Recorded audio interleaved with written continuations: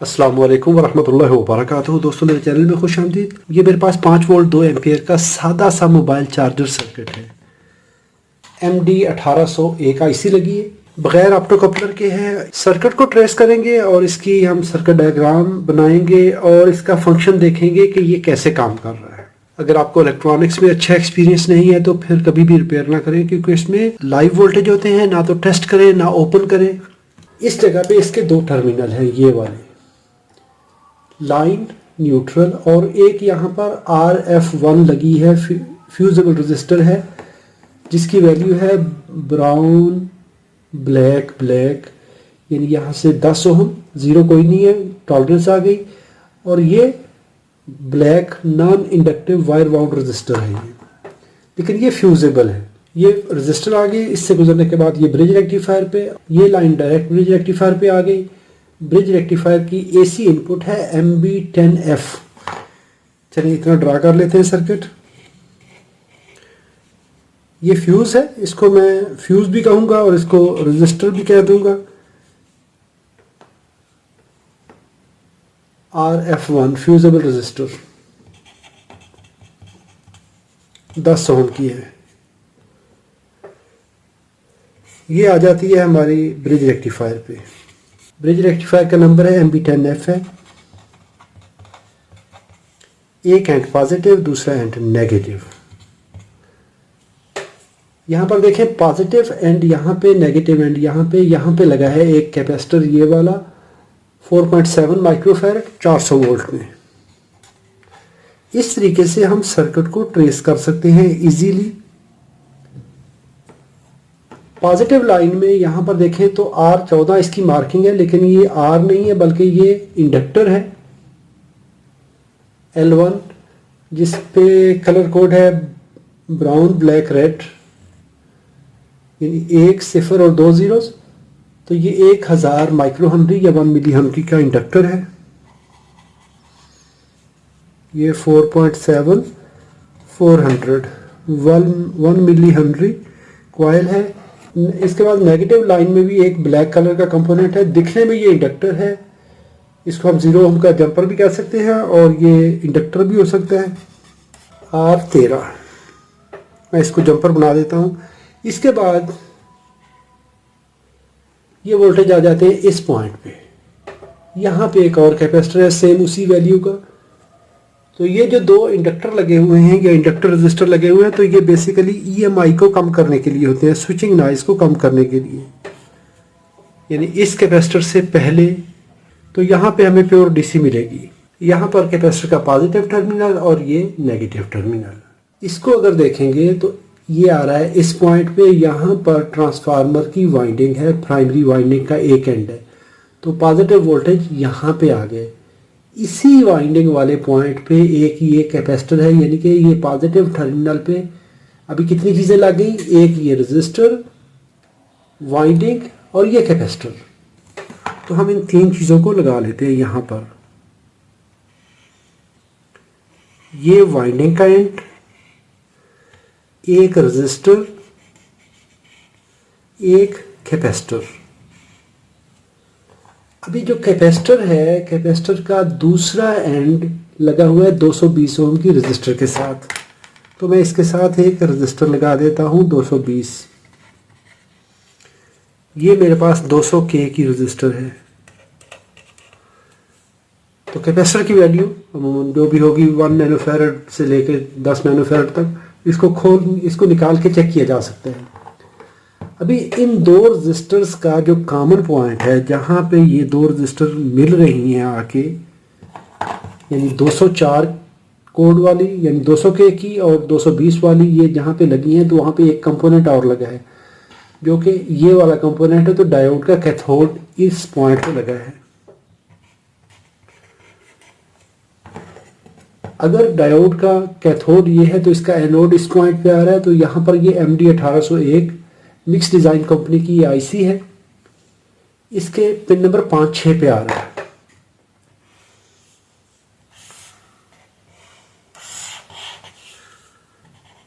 MD1801 pin number 5 6। इसको हम drain pin भी कह सकते हैं। अगर इसमें मॉसफेट लगी है, अगर ये बीजेटी वाली है तो फिर इसको कलेक्टर कहेंगे। हम इसको एचवी पिन कहेंगे, इसकी डाटा शीट में एचवी लिखा हुआ है, तो ये हाई वोल्टेज पिन होगी। और ये लगी हुई है ट्रांसफार्मर की वाइंडिंग के साथ भी इस जगह पर, यानी दो चीज़ें इकट्ठी हो गई। एक डायोड का एनोड, वाइंडिंग, और ये 4 पिन है, 5-6 पिन। अभी इसी पॉजिटिव टर्मिनल पे एक यहाँ पे कंपोनेंट आ रहा है जो कि लगा हुआ नहीं है, तो क्लास वाई कैपेसिटर है जो कि प्राइमरी और सेकेंडरी साइड के नॉइज़ को रिमूव करने के लिए, लेकिन इसमें ये कंपोनेंट नहीं लगाया गया। अगर यहाँ पे होगा तो हम क्लास वाई कैपेसिटर लगाएंगे। इसी पॉजिटिव टर्मिनल पे 1.5 मेगा की 2 रजिस्टर सीरीज में है, ये वाली, एक ये, यानी पॉजिटिव वोल्टेज यहाँ से आए, ऐसे होते हुए इस पॉइंट पे आए और ये पहुँच रहे हैं इस पॉइंट पे, यानी 2 रजिस्टर से गुजरने के बाद इस पॉइंट पे आए। यहाँ से आगे ये एक कैपेसिटर लगा है, ये वाला 10 माइक्रोफैरड 50 वोल्ट में, उसके साथ एक डीकपलिंग कैपेसिटर है और ये पहुँच रहा है पिन नंबर 1 पे। यानी पॉजिटिव वोल्टेज रजिस्टर से गुजरने के बाद इस डायोड के कैथोड पे आएंगे, कैथोड से होके डायरेक्टली पिन नंबर 1 पे, और साथ में ये 2 कैपेसिटर आ गए। 1.5 मेगा, दूसरी फिर रजिस्टर 1.5 मेगा, ये आ रहे हैं पिन नंबर 1 पे। इसी पॉइंट पे 2 कैपेसिटर लगे हैं, एक ये और एक ये, दोनों आपस में पैरेलल में। एक पोलराइज्ड कैपेसिटर है और एक नॉन पोलर कैपेसिटर है। पोलराइज्ड कैपेसिटर की वैल्यू है 10 माइक्रोफैरड 50 वोल्ट में। तो इन कैपेसिटर्स का दूसरा एंड, नेगेटिव एंड, इस आईसी के नीचे से होकर अगर देखें तो ये आ रहा है इस पॉइंट पे, जो कि इस कैपेसिटर का नेगेटिव टर्मिनल है। तो ये मेन ग्राउंड हो गया, हॉट साइड का ग्राउंड हो गया।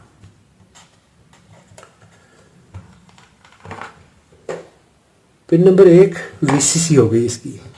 और अगर इसको देखेंगे तो ये पिन नंबर 8 ग्राउंड है, ये भी इस आईसी के नीचे से इस जगह पे आ रही है।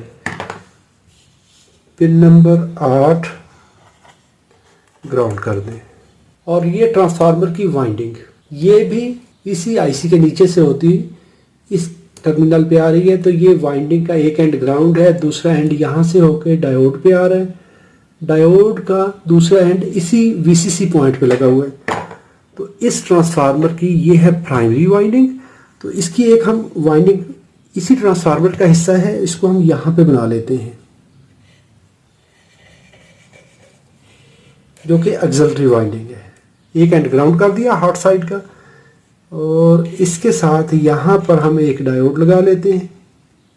डायोड का नंबर है RS1M। ये आ गया इस पॉइंट पे।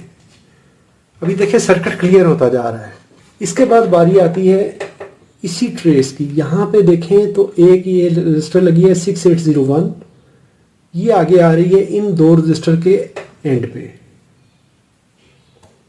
यानी एक साइड पे तो ये वाले वोल्टेज जो है इस पे चले गए, और एक साथ में ये रजिस्टर है।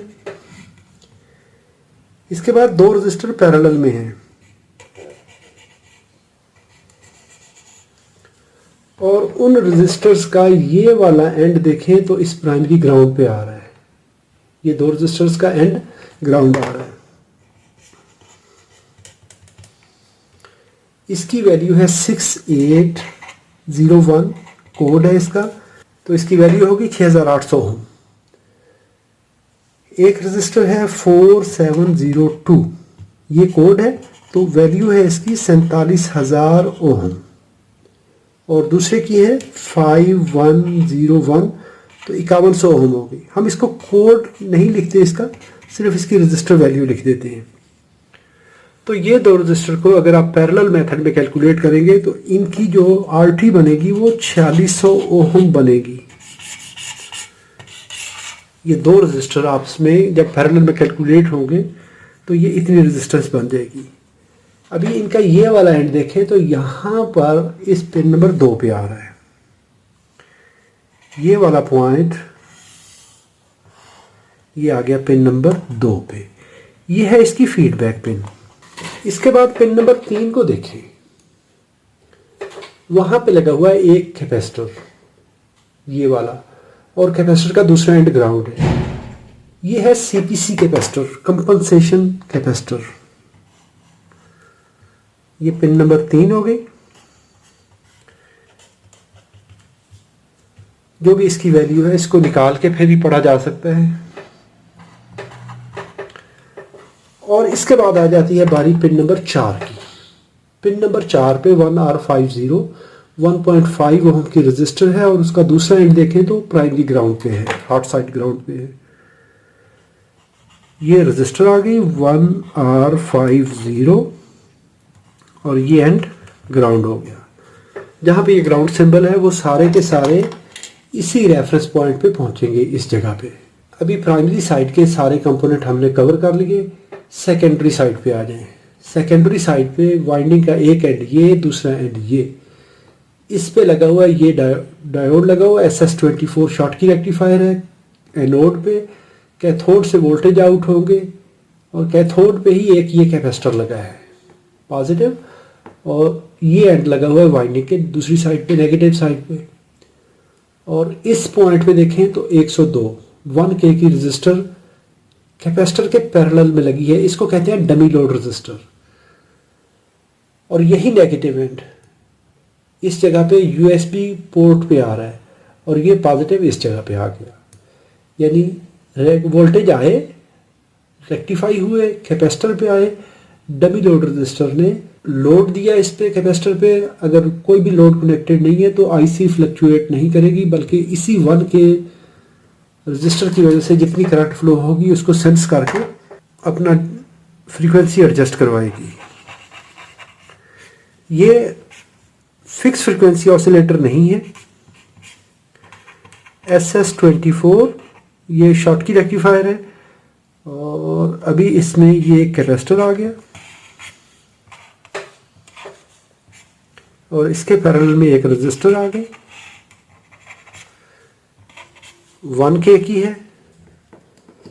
कैपेसिटर की वैल्यू बनती है हमारे पास 10 वोल्ट 680 माइक्रोफैरड। पिन नंबर 4 इसकी करंट सेंस पिन है। अभी इसका फंक्शन देख लें।